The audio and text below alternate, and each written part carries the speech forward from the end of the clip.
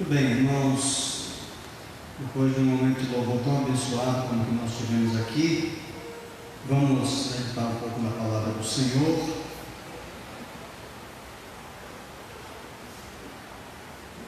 E a gente já está fazendo uma sequência de mensagens já há algumas semanas. Acho que é a quinta semana essa, sobre a bênção sacerdotal. E hoje a gente vai meditar um pouquinho mais, mas a gente vai ler o texto todo apenas para a gente gravar no nosso coração. Então eu queria convidar você a abrir a palavra de Deus no livro de Números, capítulo 6, nós vamos ler dos versículos 22 a 27, número 6, de 22 a 27.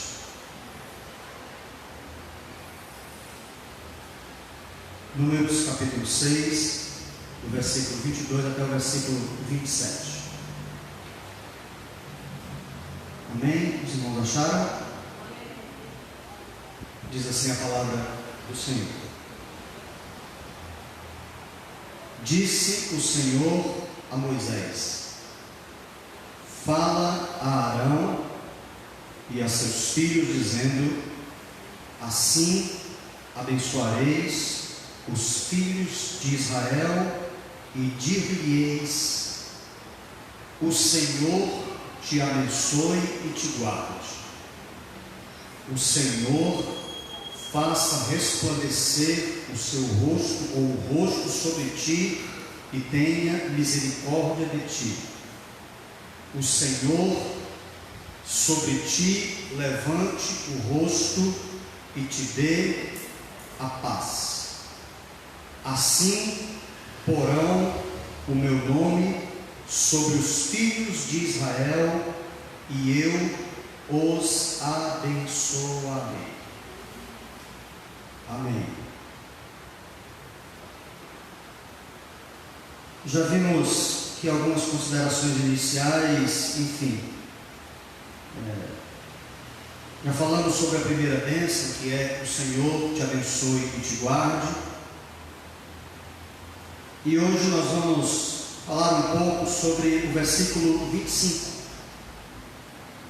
quando diz assim: o Senhor faça resplandecer o rosto sobre ti e tenha misericórdia de ti.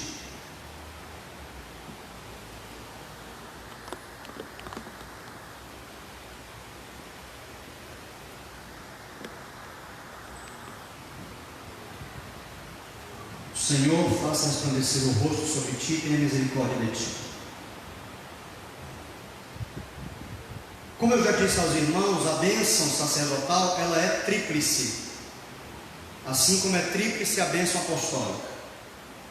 A bênção apostólica, que seria o relativo dessa bênção do Novo Testamento, ela diz: a graça do Senhor Jesus, ou do Senhor Jesus Cristo, o amor de Deus, a comunhão do Espírito Santo.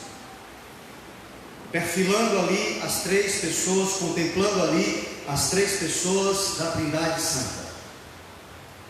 No Antigo Testamento, a bênção sacerdotal, muito embora os judeus, os hebreus não acreditem na Trindade, mas aqui já há a manifestação da Trindade, porque a bênção é tripla. O Senhor te abençoe e te guarde, o Senhor faça resplandecer o rosto sobre ti e tenha misericórdia de ti, o Senhor sobre ti levante o rosto e te dê a paz.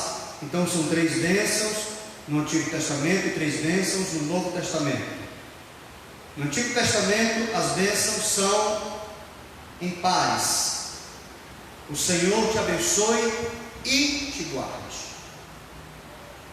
Existe um contraponto: o Senhor te abençoe e te guarde, e o guardar é o contraponto do abençoar.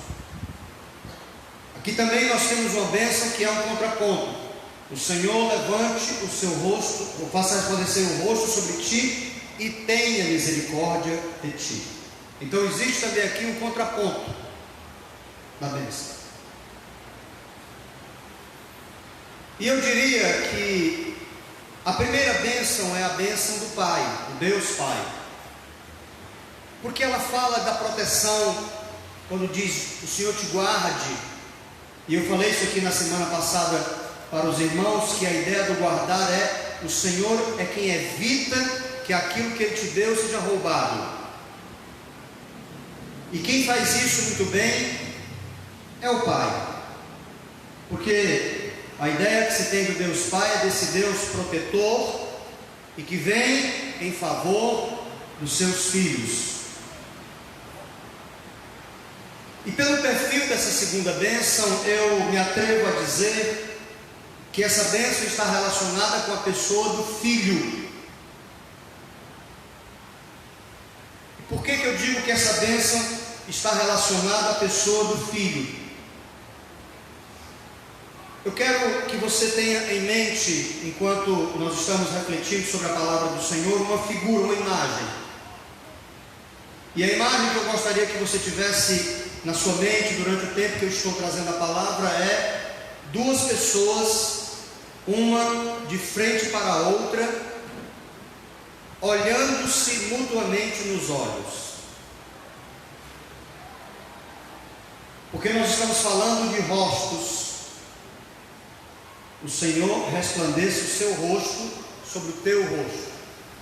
Portanto, grave e tenha em mente, enquanto eu estiver falando aqui, essa figura, essa imagem de duas pessoas, uma de frente para a outra, olhando-se mutuamente nos olhos.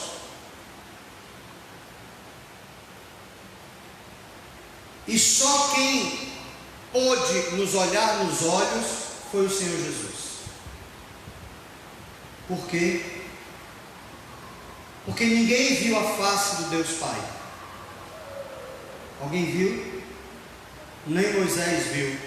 Moisés viu a glória do Senhor de costa, o rosto dele brilhou, mas ele não viu o rosto do Senhor. Ninguém viu e é capaz de descrever o rosto do Espírito Santo. Mas os nossos pais, os apóstolos, eles viram o rosto do Senhor Jesus.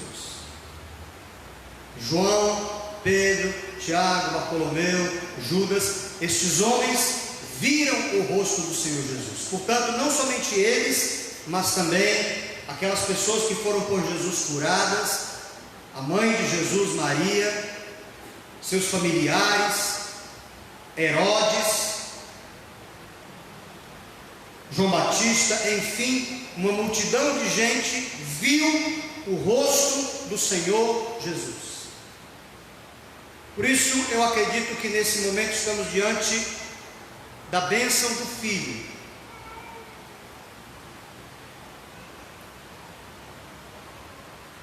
E o que é que nós vamos trabalhar aqui nessa noite a partir do texto de número 6, 25, que diz: o Senhor faça resplandecer o rosto sobre ti e tenha misericórdia de ti. Irmãos, na língua hebraica e nas línguas mais antigas, as palavras, elas não têm a limitação, por exemplo, da língua portuguesa. Na língua portuguesa, uma palavra, ela diz apenas uma coisa.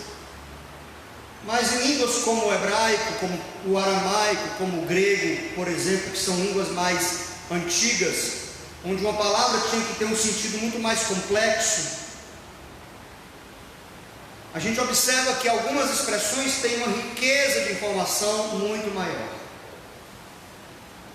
Então, o que nós vamos aqui nessa noite conversar a partir da palavra de Deus, a partir do texto de número 6, especificamente o versículo de número 25, são as expressões que estão por trás da bênção que diz: o Senhor faça resplandecer o rosto sobre ti e tenha misericórdia de ti. Então vamos ver por partes. A primeira parte diz: o Senhor faça resplandecer o rosto sobre ti. A expressão hebraica é Yaé, ou Javé, ou Jeová, né? Mas Yaé, Adonai, Panav, Eleká. O Senhor faça resplandecer o rosto sobre você. Então, o que é que nós temos em primeiro lugar? A ideia do texto é que o Senhor descubra e tire a venda dos teus olhos. Essa é uma das ideias centrais do texto. A ideia é que com o brilho da luz do Senhor, a cegueira que está sobre você, ou a venda que está sobre os seus olhos, possa cair, porque você não consegue enxergar bem, e aí você possa perceber duas coisas do Senhor. Uma delas, as maravilhas da lei do Senhor que estão sobre nós, e a outra são os atos de amor do Senhor que estão ao nosso redor. Mas a ideia central é que o Senhor Deus descubra os teus olhos, para que você possa enxergar.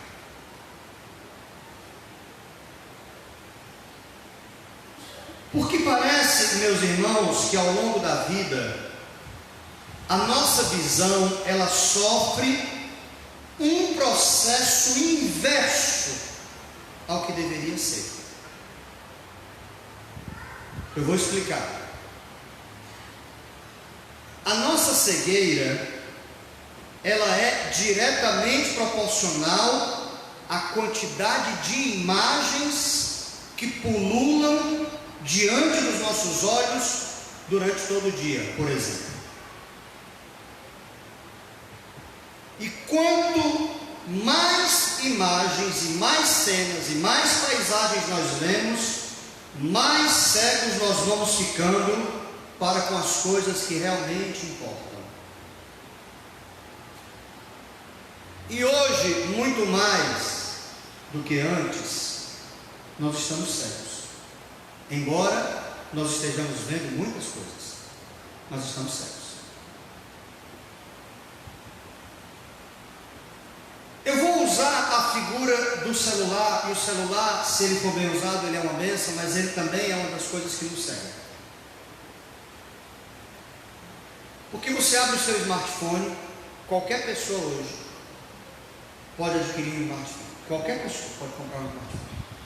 Aí você abre o smartphone, aí você tem, por exemplo, o WhatsApp, você conversar com as pessoas. Você tem o Facebook, para você saber as notícias e saber da vida das pessoas. Você tem o Instagram, para ver as fotos das pessoas, que ninguém difere. E você tem o Messenger, aliás, o Twitter, para você ver o que as pessoas importantes estão postando ali. Só que você abre o WhatsApp, aí você tem no WhatsApp 4, 5, 6 grupos que você participa. E aí todo mundo está interagindo naquele grupo. Você vai no WhatsApp e aí você viu alguma postagem que dá vontade de você fazer algum comentário ou compartilhar. E aí você ao mesmo tempo abre o WhatsApp, olha nos grupos o que é que tem, dá um legal, bate palminha, bota a mãozinha assim, dá um ok, fala qualquer coisa, escreve uma frase, vai para o WhatsApp para poder curtir a publicação da pessoa, ou então fazer um compartilhamento, fazer um pequeno comentário também, porque é importante que você faça um comentário, ao mesmo tempo que você pula para o Instagram, porque você quando joga para cima no Instagram, você vê a foto do irmão que foi para o acampamento de homem, tem lá um vídeo que o irmão Marconi postou, aí você vai lá, vê um pedaço do vídeo, joga para lá à esquerda, vê outro pedaço do vídeo, joga para a esquerda, vê outro pedaço, compartilha, aliás, bota o coraçãozinho lá no Instagram, você acha pouco, aí escreve qualquer coisa lá, de repente você vai lá no Twitter e vê que alguém publicou alguma coisa, digamos o Jair Bolsonaro publicou alguma coisa, ou o Haddad publicou alguma coisa, depende do seu gosto, aí ele publicou e você, embora ele nunca valeu, mas você faz um comentáriozinho, e aí quando você faz um comentário, você já volta lá para a pessoa do Instagram, porque o grupo comentou alguma coisa com você, e aí você volta para o Instagram para poder interagir com aquela pessoa, ou aí você diz, quer saber de uma coisa? Em meio a essa confusão toda, eu vou abrir o meu Spotify para ouvir alguma música, e você então fica com o seu WhatsApp ligado, com o seu Facebook ligado, com o seu Instagram ligado, com o seu Twitter ligado, ouvindo uma música lá no Spotify.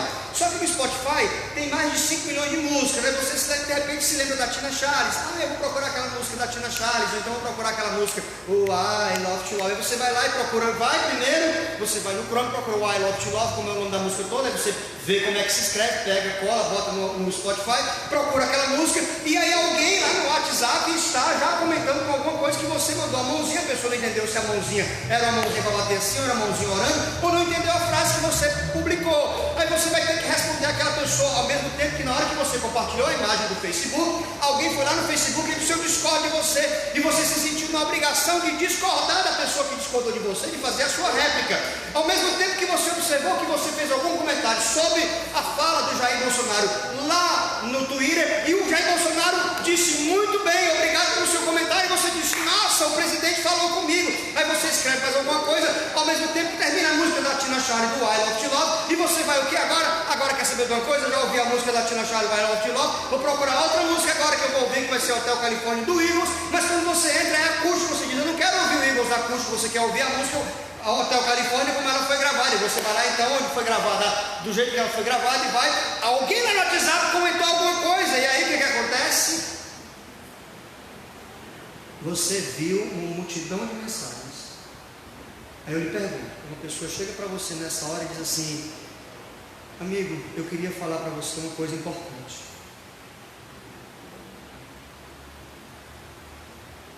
O que você vai dizer para essa pessoa? Amigo, importante é que eu estou resolvendo no WhatsApp, e estou resolvendo também aqui no Facebook. Quer dizer para você que o presidente da República até já falou aqui, fez um comentário em cima da minha fala. E digo para você também outra coisa mais importante, que eu já ouvi a música da Tina Charlie, do I Love To Love, que fazia tempo que eu queria ouvir essa música e não sabia nem cair, achei que tinha no Spotify. Aí você conversando com a pessoa uma coisa importante, vem uma mensagem do Nubank, o seu cartão Nubank do Nubank, dizendo que o Nubank agora aumentou o seu limite. Aí a pessoa diz: eu tenho uma coisa importante para dizer para você, o que você faz? Amigo, daqui a pouco. Aí você vai lá no Nubank, bota a sua digital, entra, o Nubank aumenta seu cartão para R$5.700, para você ir lá, entrar no Nubank, pegar a setinha, colocar o dedinho e aumentar o seu limite. E nós estamos cegos. Temos um monte de imagem e estamos cegos. Os nossos filhos estão cegos.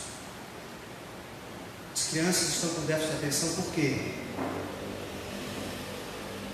Porque a criança vai para a sala de aula e você acha que o professor com um giz na mão ou um pincel atômico no quadro branco, ele tem condição de competir com as imagens no celular? Eu ainda não estou como pastor 100% lascado, mas os pastores novos que virão, por exemplo o Bernardo, filho do Vandinho da Paula, se ele for pastor, pelo menos ele é um líder forte, o culto dele, a pregação vai ter que ser, sabe o quê? Abra a sua Bíblia, na hora que ele falar abra a sua Bíblia, o cara lá do Data Show já vai ter que colocar a imagem da Bíblia no Data Show. Abra a sua Bíblia em João, aí ele bota o Evangelho de João ali, capítulo 3, versículo 16, uma imagem girando, vem, João 3,16, e ali, porque Deus amou o mundo, aí ele vai dizer assim: eu tenho 3 coisas para falar para você. Quando ele falar 3 coisas, você levanta uma barrinha, você levanta a segunda barrinha, você levanta a terceira barrinha. Quando ele disser a primeira coisa, sai as barrinhas, entra o nome first, number one, algarismo romano entra. Por quê? Porque se ele for falar, amigo, só na voz, ninguém vai ouvir, porque nós estamos cegos. Vemos muitas imagens, muitas paisagens, mas estamos cegos.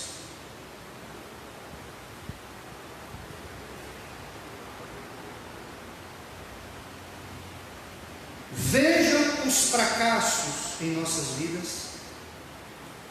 se não são frutos da ilusão de que nós estamos vendo coisas melhores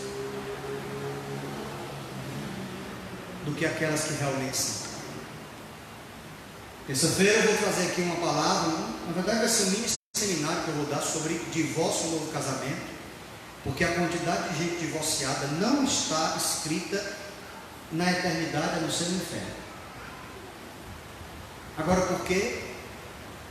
Porque as pessoas estão olhando e estão dizendo que o que tem lá fora é melhor do que o que eu tenho dentro de casa.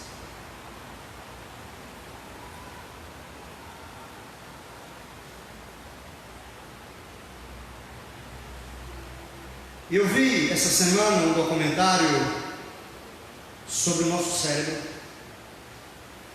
na associação com os nossos sentidos, eu peguei especificamente a parte que fala do cérebro com a visão.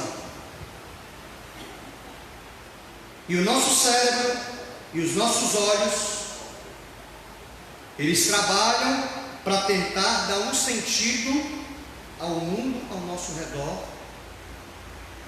E para fazer isso, algumas vezes, os nossos olhos e o nosso cérebro distorce a realidade para torná-la favorável a nós.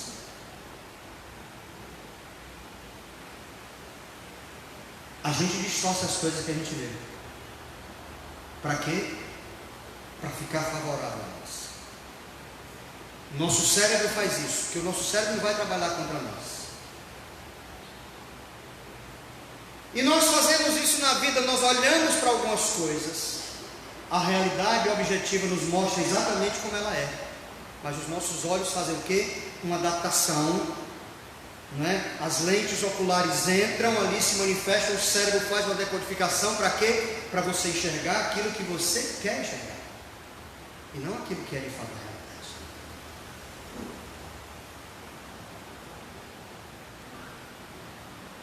E aí eu me lembro das palavras do apóstolo Paulo em 2 Coríntios capítulo 5, versículo 7, que diz assim: visto que andamos por fé e não pelo que vemos.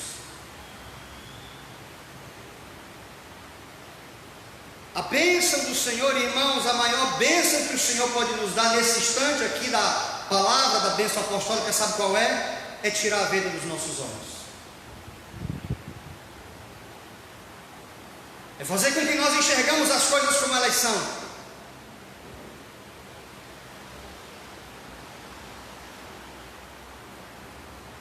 Porque às vezes nós olhamos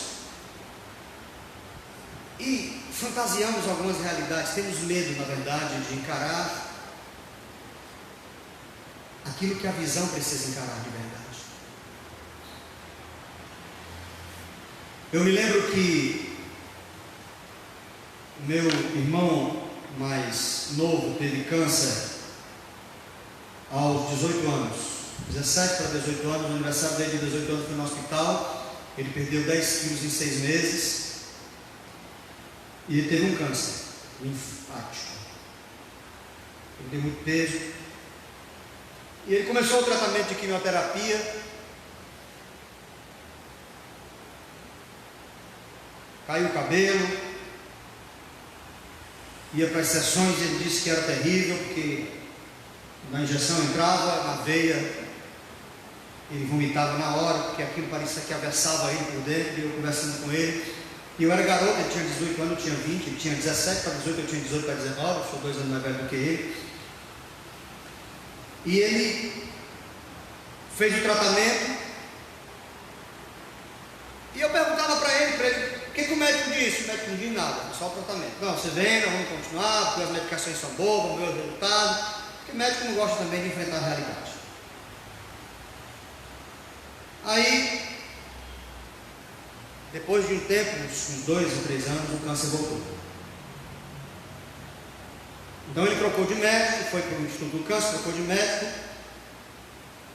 E aí ele pediu para eu ir com ele no hospital. Eu morava em Salvador, aí voltei para Fortaleza, fui com ele ao hospital. E quando eu cheguei lá no hospital, era um médico muito bacana, muito educada, e ela disse: olha, Fernando, que é o nome dele, a gente fez aqui a quimioterapia, nós vamos fazer o tratamento assim, assim, assim e tal, e foi dizendo. Aí eu olhei para ela, e essa minha maldita vocação de olhar as coisas como elas são, isso tem me atrapalhado, que é uma barbaridade. Eu disse: doutora, me dê um número. Ela disse: que número? Eu digo: me dê um número, um percentual que esse menino tem de sobrevivência. Ele disse: não, eu não posso dizer, porque você sabe de pode. Me dê um número aí, médio, uma variação aí de 10 pontos percentuais para mais ou para menos. Ele voltou o câncer, reincidente. Quanto por cento de chance ele tem de sobreviver e quanto por cento de chance ele tem de morrer dessa doença? Aí ela ficou enrolando, e aí eu apertei e disse: doutora, me dê um número. Aí ela se levantou e disse: 80% de chance de morrer. É isso que você queria saber? Eu digo: exatamente. Muito obrigado. Minha mão para ela, meu irmão ficou pálido, já estava pálido. Eu saí com ele. Não estou dizendo que esse negócio me atrapalha. Eu saí e disse: Fernando, você ouviu o que a mulher disse? Eu ouvi. Ela disse que você tem 80% de chance de morrer dessa doença e 20% de chance de sobreviver, de ultrapassar essa doença. Aí ele, muito novo, mas muito com fé, disse: para mim viver é Cristo, morrer é ganho. Eu digo: então pronto, nós vamos fazer. Você quer viver? Quero. Eu digo: então nós vamos fazer assim, vamos orar. Nós vamos colocar assim: ó, nós temos 20%, está aqui, 20%. É mais do que eu disse. Nós temos 20% de chance. E nós fomos orar. Chamei minha mãe e digo: a mulher disse que ele tem 20% de chance de viver. Como é que você chegou nesse número? Digo: a mulher que disse, que eu perguntei. E nós vamos orar em cima de 20%. Grava o número aí, mãe, 20%. 20%. Aí sai espalhando para os meus irmãos, é 20%. Ele só tem 20% de chance de sobreviver. 80% ele vai morrer, segundo a médica. Nós começamos a orar. E fomos orar. E fomos orar. Eu digo: Senhor, 20% é um bocado de coisa, mais do que eu dízimo.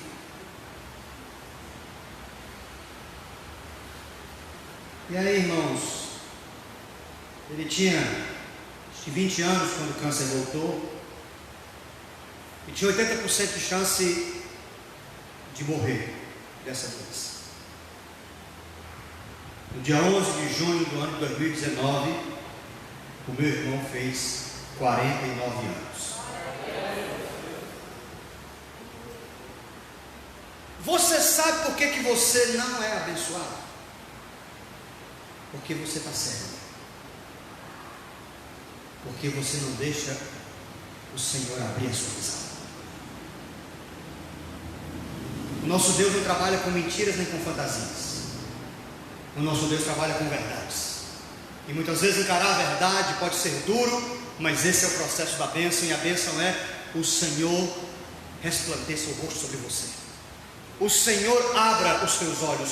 O Senhor tire a venda dos teus olhos, para que você possa enxergar. Porque na hora que você puder enxergar e dizer: eu só tenho isso, você vai inclusive orar melhor e dizer: Senhor, eu só tenho isso. E esse só tenho isso que você colocar diante do Senhor vai transformar num isso gigantesco. Porque o Senhor Deus agora sabe que você está vendo e vai dar glórias a Ele, porque você sabe exatamente o tamanho da bênção do Senhor sobre você. E eu me lembrei da história que está lá em 2 Reis capítulo 6. A história de Eliseu e de Geazi, o seu moço. O povo de Israel estava sitiado. O povo de Israel estava debaixo de uma perseguição do povo inimigo, que eram os filisteus. E acontecia que toda vez que um dos reis dos filisteus pensava em alguma coisa para vir contra o exército de Israel, contra o povo de Israel, o Senhor Deus falava com o profeta Eliseu, e Eliseu explicava para o rei de Israel: disse: olha, o rei lá vai fazer uma estratégia assim para acabar com a gente. E o rei dos filisteus chegou e disse: tem alguma coisa errada. Por quê? Porque alguém está entregando aqui o ouro. Tudo que eu penso aqui no meu quarto, o rei de lá sabe o que está acontecendo. E aí alguém chegou e disse: olha, tem um profeta lá chamado Eliseu, que o cara sabe tudo. É ele que conta para o rei o que está acontecendo.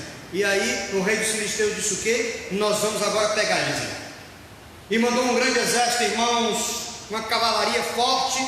E Eliseu morava no acampamento dos profetas com o seu moço Geazi, que era o seu discípulo. Estava ali, e de manhã eles acordaram, olharam para o templo, deram aquele alongamento, se espreguiçaram e tal. E de repente Geazi voltou assustado e disse: mestre, está vindo aí um grande tropel, está vindo aí uma grande tropa, está vindo aí um grande exército. E quando ele viu, meus irmãos, um exército gigantesco dos filisteus vindo contra Eliseu, ia matar Eliseu.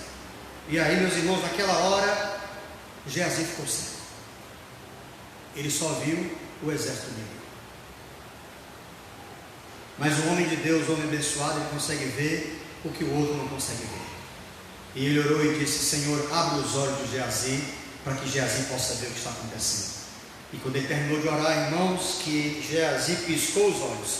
Quando ele abriu, ele viu que por trás do exército dos filisteus havia um exército de fogo. Havia um exército poderoso de anjos guardando ali o Senhor. E aquele exército foi tão poderoso que cegou os cavaleiros dos filisteus. Sabe por que às vezes nós não somos abençoados? Porque nós só conseguimos ver o exército inimigo. Porque nós só conseguimos ver a adversidade. Porque só conseguimos ver o tamanho do problema. Porque nos apossamos muitas vezes disso. Mas eu quero dizer para você nessa noite, em nome de Jesus, o Senhor resplandeça o seu rosto sobre ti. O Senhor te faça ver que por trás do exército que vem contra ti, existe um exército poderoso, que é o exército do Deus vivo, que vem em favor da sua vida, em favor da sua história, em favor da sua causa, em favor da sua vida, em favor da sua vida e em favor da sua família. Que o Senhor Deus abra os teus olhos nessa noite, para que você possa ver a grandeza dele. Em segundo lugar, o que está por trás da expressão o Senhor faça resplandecer o rosto sobre ti? A ideia na interpretação dos mais sérios rabinos que estudam a bênção sacerdotal é que o Senhor te mostre a sua face sorridente. Quando Ele resplandece o rosto sobre nós, o que nós olhamos, irmãos, é uma face sorridente. A face sorridente do Senhor. E uma das ideias, irmãos, por trás do texto, sabe qual é? É que o Senhor Deus não envia mensageiros para falar com você, porque Ele fala com você face a face, com um sorriso diante da sua vida.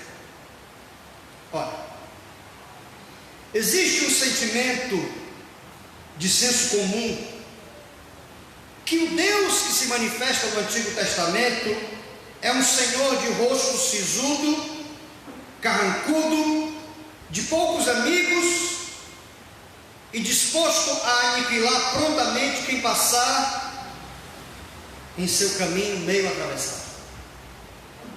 É esse Deus que a gente pensa. Inclusive algumas pessoas do senso comum dizem assim, que Deus é esse do Antigo Testamento que manda matar esse, manda bater naquele, a terra se abre para engolir uma família. Que Deus é esse? Eu vou lhe explicar que Deus é esse. Ele é um Deus sorridente.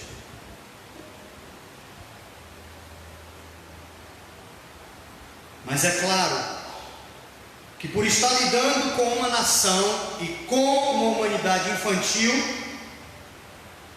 o Senhor Deus precisa se mostrar mais rígido, precisou se mostrar mais rígido, para que o povo pudesse aprender o caminho. Vou lhe explicar. Tem um irmão aqui na nossa igreja, que ele tem um filho, que o menino é desenrolado, bom de argumento,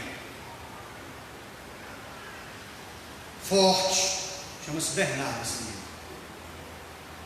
O menino é forte, ele já nasceu forte. Você conversa com ele, ele tem quantos anos, Lânia? 5 anos. Você conversa com ele e ele desdobra você, diz, não é assim não. Outro dia ele chegou aqui, eu falei alguma coisa com ele, ele olhou para mim e disse assim, calma. Ele olhou para mim e disse, calma, pastor. Com as mãozinhas assim, calma. Nós vamos resolver desse jeito.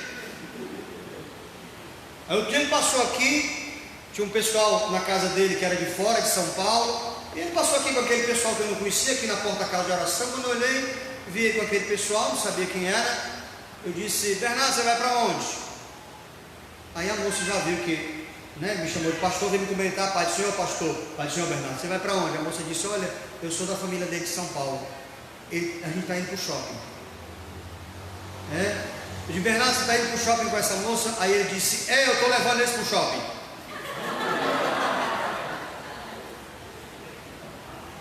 Eu disse, então se você está levando essa senhora para o shopping, seja um cavalheiro, dê a mão a ela e leve pela mão. Não deu outra, irmão, você pegou a mão dela e disse, embora.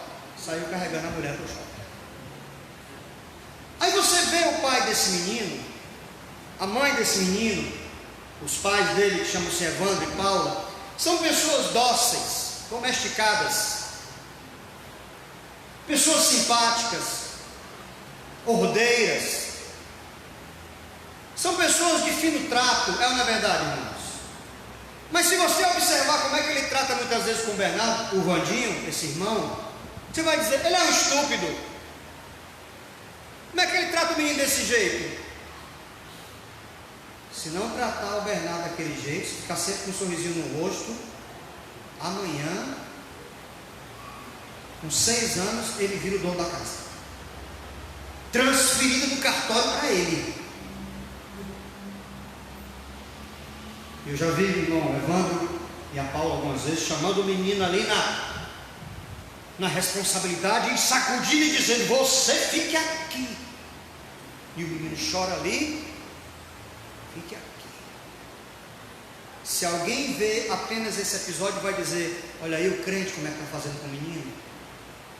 Olha aí a crente, a bonitona aí, querendo ser crente, levanta até as mãos para orar. Se pegar só um texto desse aqui e colocar no Facebook, vão dizer o quê? Vamos ver quem é essa vadia que está pegando o menino e vamos fazer com que esse vídeo se torne viral, para a gente atrás dessa vadia que fica pegando o menino, jogando o menino no canto. Não é assim que as pessoas fazem? Pois é isso que as pessoas fazem com o Senhor do Antigo Testamento. Diz assim: que Deus é esse que vai chegar no canto e diz assim: destrua tudo que tem lá.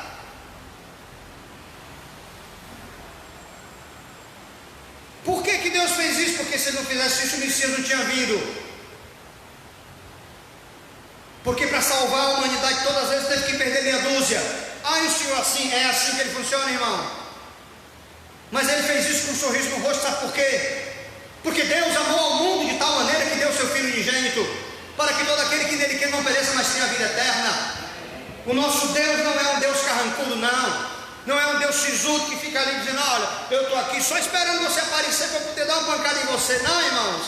O texto diz: o Senhor resplandece o seu rosto sobre ti. A ideia do texto é: o Senhor mostra a você a sua face sorridente que você ainda não viu. E a ideia por trás do sorriso do Senhor é muito simples. Ele sempre estará disposto a nos acolher.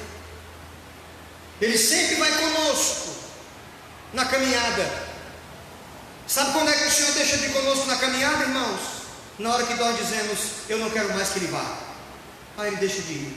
Mas enquanto você quiser, irmão, por cima dos trancos, dos barrancos, caindo aqui, se levantando acolá, se você ainda quiser, o Senhor vai com você e ainda vai sorridente ao seu lado.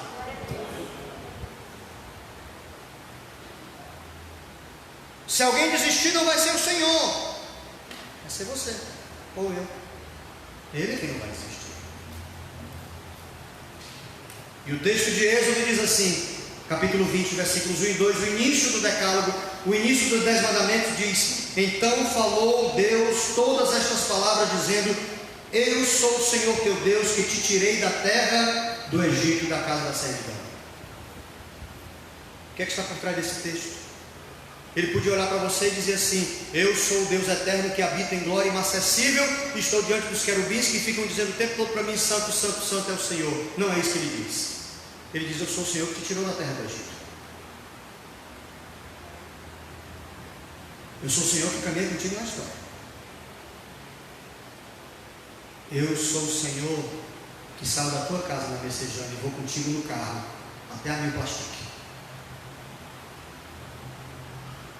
Eu sou o Senhor que vou contigo na bicicleta e saio da Messejana contigo 5 horas da manhã e vou até a aldeota e entro contigo e balho contigo na CGD. Eu sou o Senhor que pega o ônibus da empresa contigo e vai contigo até a Gerdau.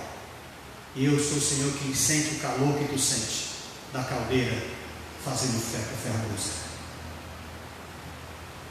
Eu sou o Senhor que vai contigo na motocicleta, com aquele sino o tempo todo batendo e fazendo barulho, dizendo: olha o gás, olha o gás. Eu sou o Senhor que fico contigo lá no teu comércio, com a porta fechada, com medo dos bandidos, e que na hora que chega uma pessoa, eu digo: glória a Deus, chegou alguém. E eu sou o Senhor que fica contigo na hora que tu coloca a mesa e os pratinhos na rua para vender aquela comida e ganhar o teu dinheiro. Eu sou o Senhor que vai contigo. Eu sou o Senhor que tem uma face sorridente para você. Irmãos, o nosso Deus não é um Deus distante de nós, não. O Senhor Deus, pode ter certeza, irmãos, Ele vai de Celta, daqui da Messejana até a Holândia com a irmã Mazé, até o depósito ele fica lá. Eu sou o Senhor que vai contigo. É isso que está com essa bênção aqui. É a bênção de um Deus que não é distante, inacessível, intangível, que não se pode alcançá-lo, não. A bênção é o Senhor resplandecer o rosto sobre ti. É assim: eu vou com você, meu filho, para Calcaia. Quando você vai, até quando você entra na Ambev, eu estou com você. Eu vou com você aonde você está, porque eu sou o Senhor que te tirou da terra do Egito, com o braço forte, com a mão estendida. Eu sou o Senhor que caminha contigo por onde tu fores. Eu vou com você e eu vou com você, sorrindo e com alegria. Esse é o nosso Deus. Se alguém vai triste na caminhada, irmão, não é o Senhor. Ele vai alegre por uma única razão: porque você está ali com ele.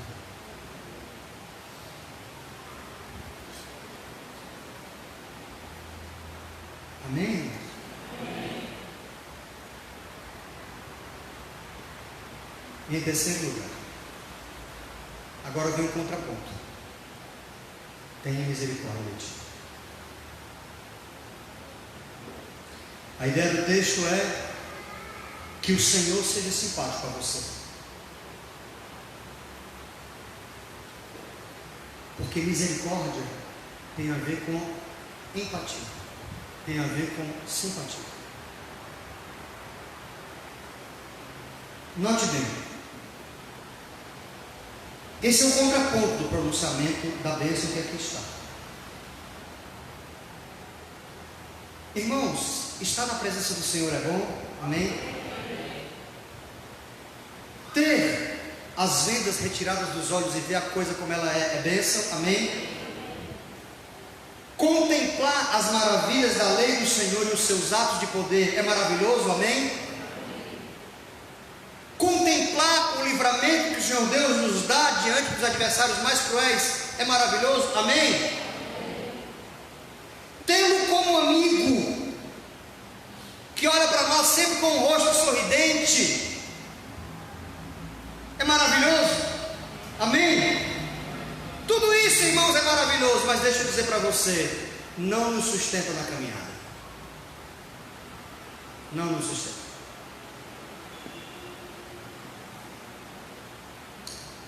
Quando diz que o Senhor tem misericórdia de ti, está dizendo: as minhas bênçãos não te sustentam na caminhada.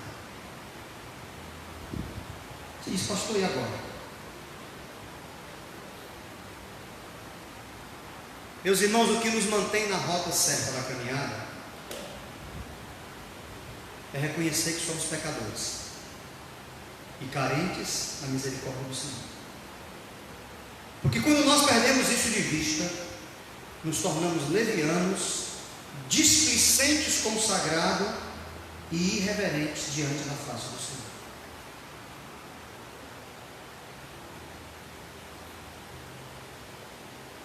Nós cantamos hoje a canção aqui: entra na minha casa, entra na minha vida, mexe com a minha estrutura.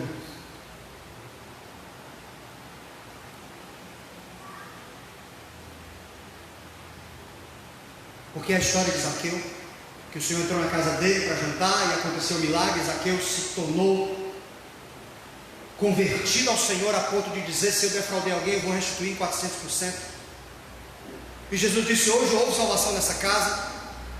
E qual foi o milagre que o Senhor fez na casa de Zaqueu, irmãos? Nenhum.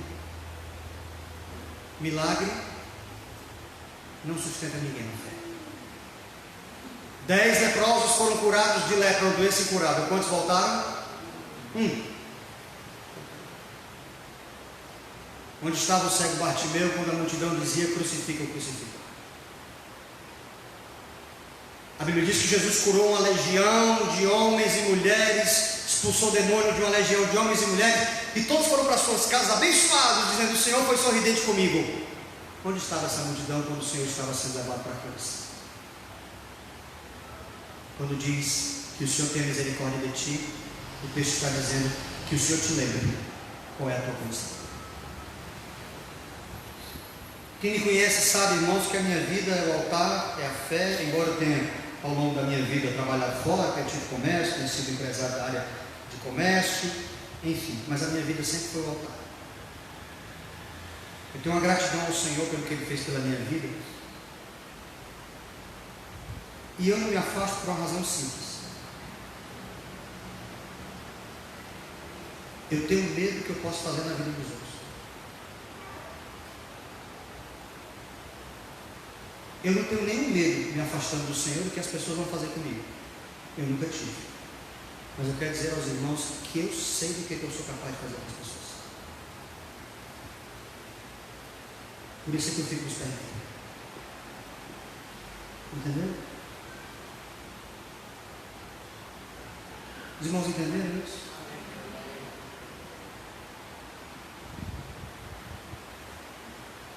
Eu fico aos pés dele porque ele me livrou do meu futuro, quando eu tinha 17 anos. Porque se ele não tivesse me livrado, seguramente eu não estaria. Talvez nem vivo hoje.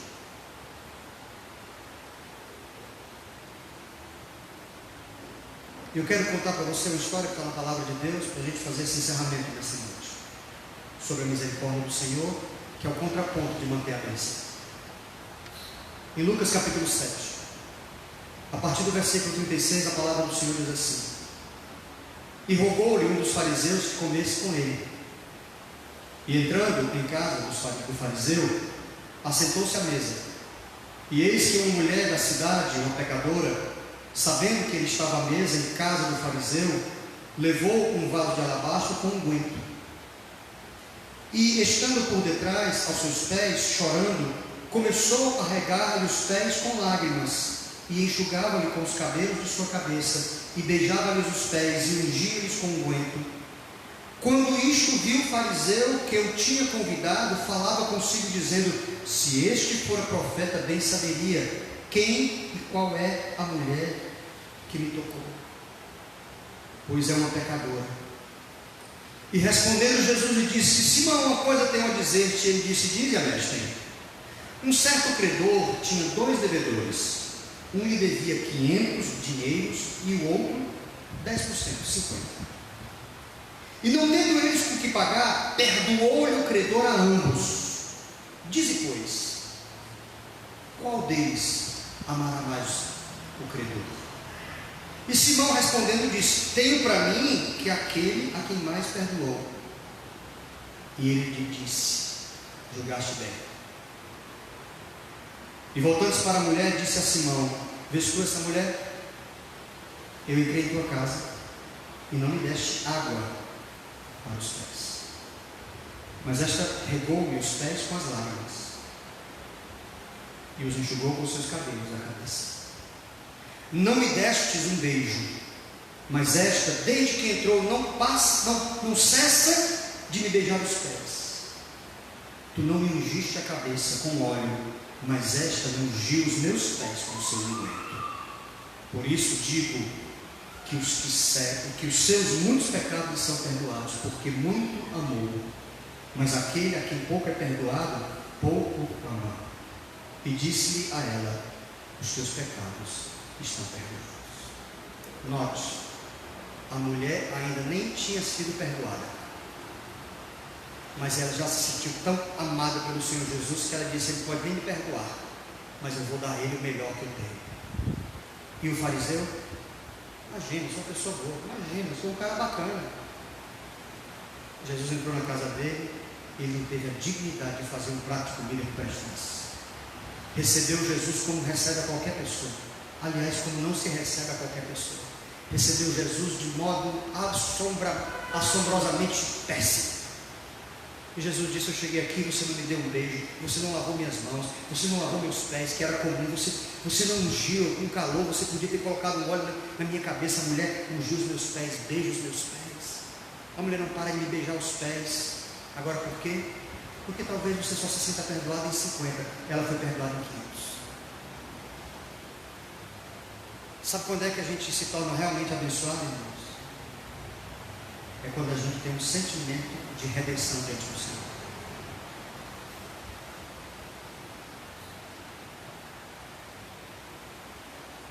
Ontem eu fui para o acampamento dos homens e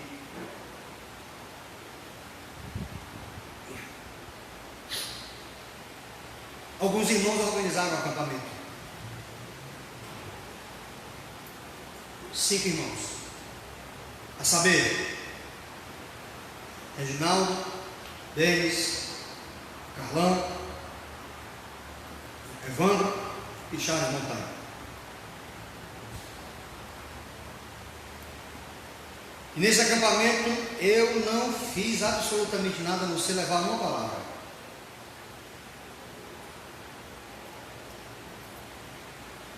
Eu não motivei ninguém a ir.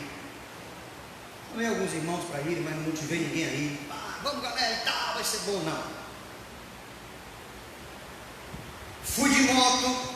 Eu tenho a minha caminhonetezinha, mas fui de moto. Eu fiz sozinho na minha moto, sozinho. Só colocar ela na estrada para ver, fui de moto. Botei ela na areia. Cheguei lá. Não fui ao supermercado fazer compra. Os irmãos fizeram compra. Irmãos, eles compraram tanta comida que na hora do almoço, ontem, eles fizeram churrasco. E tinha tanta carne que a gente partia assim, dava para o irmão assim: irmão, em nome de Jesus, coma. Irmão, eu não quero mais, não, coma. Não vai estragar, coma. Bota um limãozinho aqui, coma. Pão, sabe o pão nosso de cada dia? Não foi o pão nosso de cada dia, foram os pães nossos de cada dia. Eu que toco violão, que gosto de fazer louvor, fiz um único momento, toquei 3 músicas. Não levei meu violão. Irmãos, eu fui sozinho, como se eu fosse um visitante do acampamento. E por que eu estou contando essa história? Que os irmãos que organizaram o acampamento dos homens são abençoados. Por quê? Porque eles se sentem redimidos. Eles querem repartir com outros o que eles receberam do Senhor. Porque o Montanha sabe, Charles Montanha sabe, que ele longe do Senhor é uma desgraça para a humanidade. E eu estou falando sério. O Montanha sabe que ele longe do Senhor vai ser um desastre para a família dele, para ele, para a humanidade inteira. Se duvidar para uma guerra nuclear.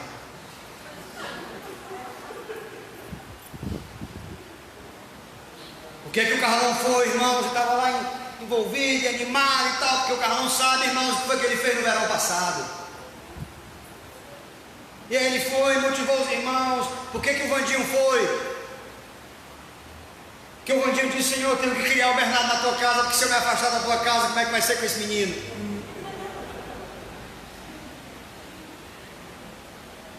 Por que que o Reginaldo foi, irmãos? Liderando o nosso presidente. Maravilhoso ter um presidente para chamar de seu. Por que que o irmão Reginaldo foi?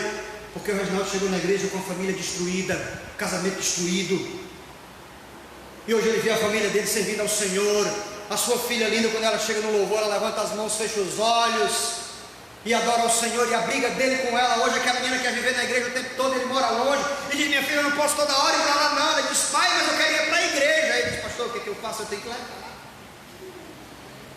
E às vezes ela quer vir de manhã e quer vir de noite. Sabe o que é isso, irmãos? A filha dele é uma menina linda, podia estar se perdendo neste mundo, mas sabe qual é a gratidão que eu vejo no coração daquele irmão? Ele se sente redimido porque aqui o Senhor salvou a ele, o Senhor salvou a sua filha, salvou o seu filho, o Senhor restaurou a sua família e lhe deu um casamento abençoado. O irmão Denis, que só vivia para trabalhar e trabalhar e trabalhar e descansava quebrando pedra, vivia apenas para isso e nada mais na vida dele importava. Hoje não, irmãos, hoje ele é uma liderança entre os homens, é um homem que abençoa a vida de outros homens, é um homem que tem prazer, que abre culto, que traz a palavra, que edifica outras vidas. Então ele sabe também que um rapaz daquele bonitão como ele é, irmão, sem conhecer a Jesus, hein? Não é verdade? Denis fica ali pau a pau comigo ali. Fica. Até a barba ele deixou crescer para ficar parecido comigo. Ele fica ali, irmãos. Então ele fica aos pés do Senhor. Por que que eu estou contando a história desses meus irmãos? Eu estou contando para vocês, sabe por quê, irmãos? Porque sabe quem é abençoado? É quem fica aos pés do Senhor. É quem diz: Senhor, eu não vou te deixar porque eu sou pecador. Eu não vou te deixar, Senhor, porque para onde eu vou, para quem eu vou, se o Senhor tem as palavras da vida eterna. Senhor, se eu for para qualquer lugar, não tem quem me queira, Senhor. Graças ao Senhor que o Senhor me quis. Graças ao Pai que enviou teu Filho Jesus, porque o Senhor me quis. Aí esse aí, irmãos, é aquele que alcança a misericórdia.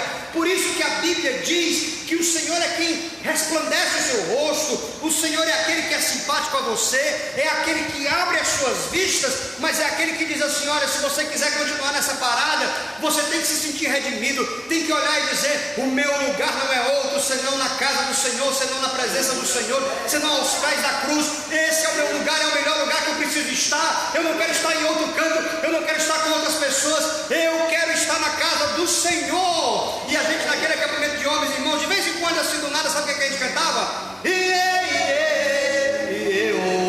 aí daqui a pouco todo mundo começava a pular e dizer: eu sou grato por tudo que tenho, e começávamos a dançar como crianças ali. Sabe por quê, amados?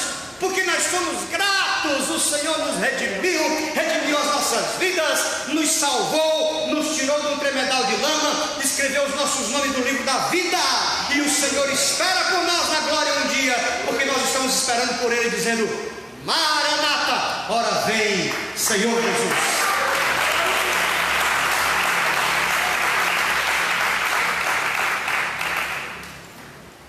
Esses são os abençoados, os que alcançam a misericórdia,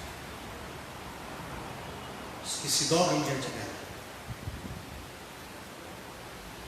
Hoje à noite está aqui o Senhor que tira a venda dos teus olhos. Hoje à noite está aqui o Senhor que é simpático e tem um sorriso sorridente a você. Sorriso sorridente é uma contradição, não é redundância. E tem um gesto sorridente a você.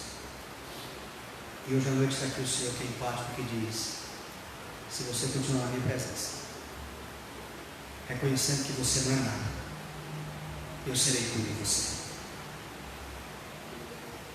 Ele quer ser tudo na sua vida. Deixa ele ser, por uma razão simples: você não é nada. Se não fosse o Senhor na sua vida, onde você estaria? Se não fosse o Senhor na sua casa, como estaria a sua casa? Se não fosse o Senhor na sua família, como ela estaria? Portanto, irmão, aproxime-se dele, se lance aos pés do Senhor. E talvez a nossa oração hoje à noite seja qual? Senhor, eu não quero me afastar da tua presença, eu quero ficar diante da tua face. Vamos ficar de pé nessa noite para a gente orar. Eu queria agradecer aos irmãos que me acompanharam por aqui. Se você acha que vale a pena compartilhar esse vídeo com alguém, pode compartilhar, que eu vou orar aqui com os meus irmãos em nome de Jesus. Muito obrigado pela sua participação.